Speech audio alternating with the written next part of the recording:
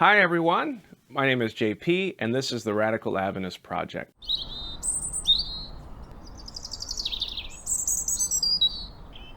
Before I unpack some of the ideas that I see around transcendent and conceptual reality, I think it would be a good idea for us to just get grounded. And so find a quiet place, a place where you can just sit or lie down or stand up peacefully.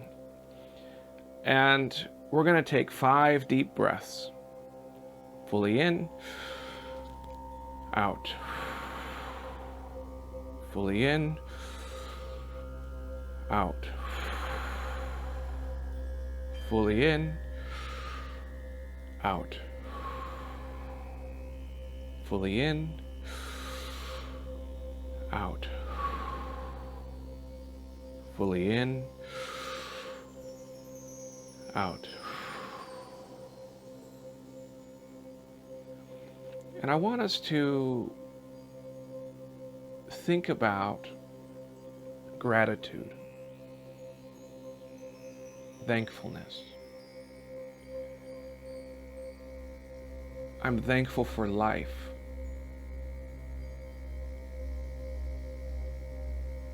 This is a time in our human existence where we see suffering everywhere. But even in the midst of suffering, there is still life. Thank you for life. Amen.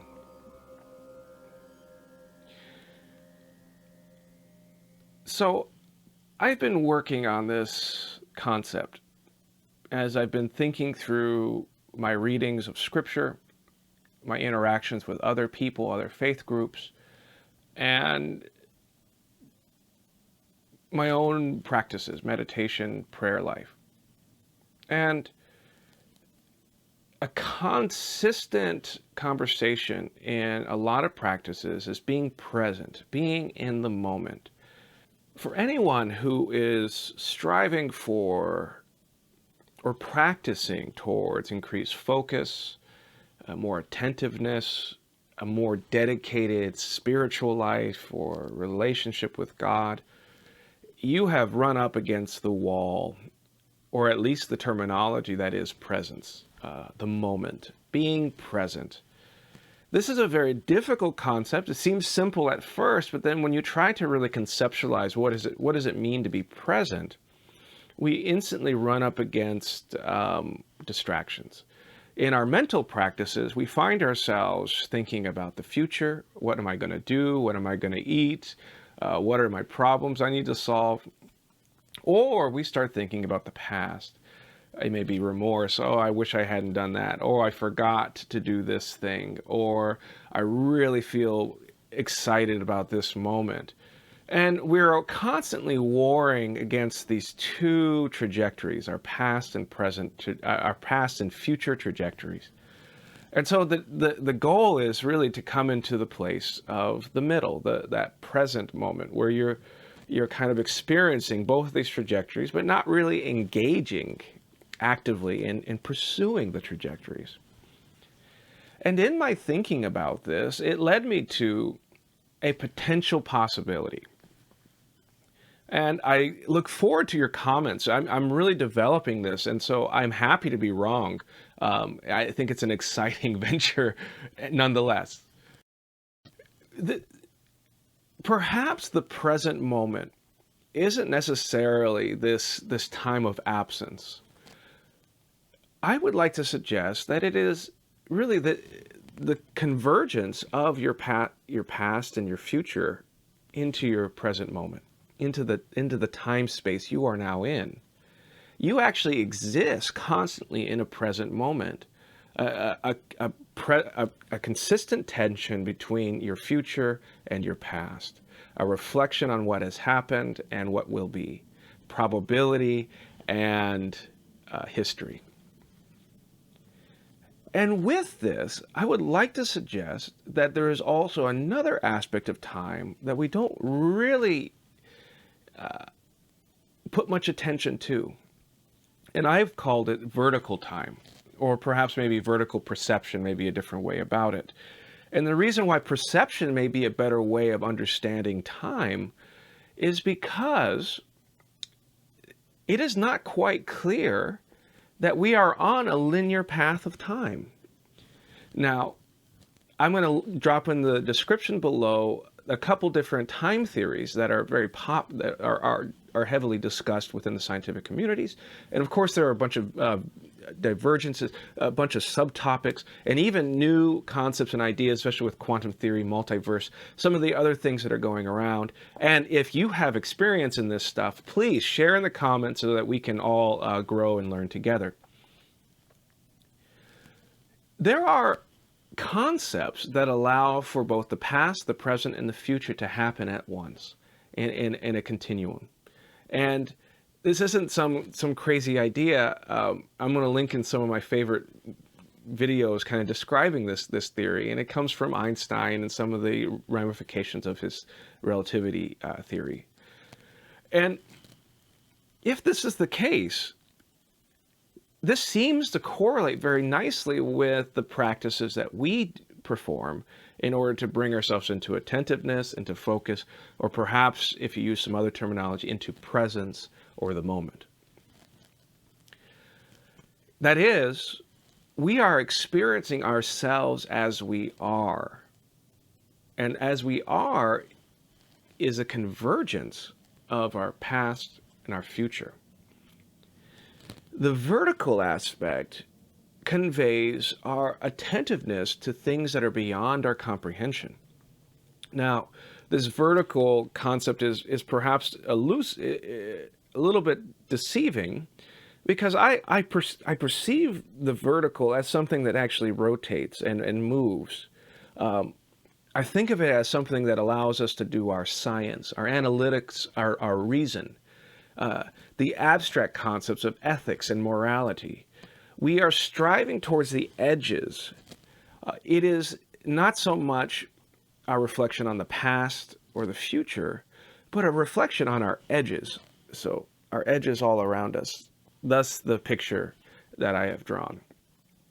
And what I have done here is I use dots to symbolize that our perception has edges and therefore is limited.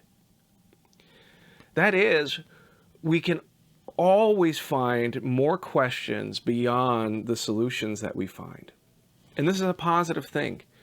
Now, when we try to introduce a transcendence into this concept, we run into the risk, as far as the scientific community can sometimes criticize, of this God of the gaps or something of that nature. But in this instance, I would like us just to think of it as the conceptualization not fully realized.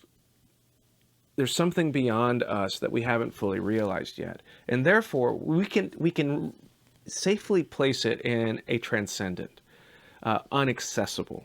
Now, whether it's permanent, whether something is completely inaccessible at all times, well, again, what is time? I am trying to deconstruct time itself to the realm of perception itself, to perception. And if it's a matter of perception, it's a matter of subjectivity and experience. And of course, observation and experiment. Reason, all of the components of our human capacity, exploring reality. And it is in this realm where I insert the Messianic event, the resurrection of Jesus. And I use solid lines here to express a similar conception where Messiah is engaging past, future, and the vertical in the moment, in the actuality of the now, the is, the are, and yet transcends our conception, beyond our edges, has no edges, and goes beyond into the transcendent, the things that are perception in our perception is unknown.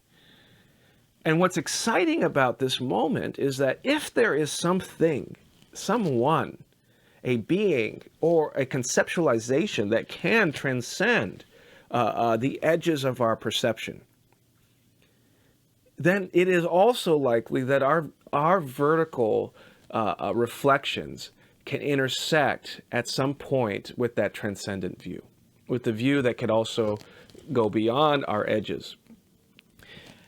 And my reflection for you is what manifests from that intersection when we finally come into understanding of something that transcends ourselves.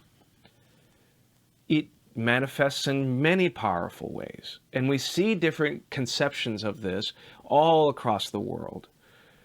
I am calling this Messianic because of my faith tradition. And I'm pointing to Jesus because that is the lens I'm coming into. But you can see that God is using these concepts in many different ways to bring people into a greater understanding. And this understanding that produces pathos and empathy and compassion for those around us. And if my scriptures are correct, every good thing comes from God. And so when we see these moments of life and life-giving around our world, regardless of the context it is in, we are left with a reflection upon a convergence between this transcendent perception and our conceptual perception. And this is what I would like to suggest is our immanent Messianic reality. This is God with us. This moment right there, right here, as we strive for these practices, is the Emmanuel event, God with us. It's a lot to chew on. I will hopefully try to clarify it. If you have questions, please send them in the comments. With that, blessings.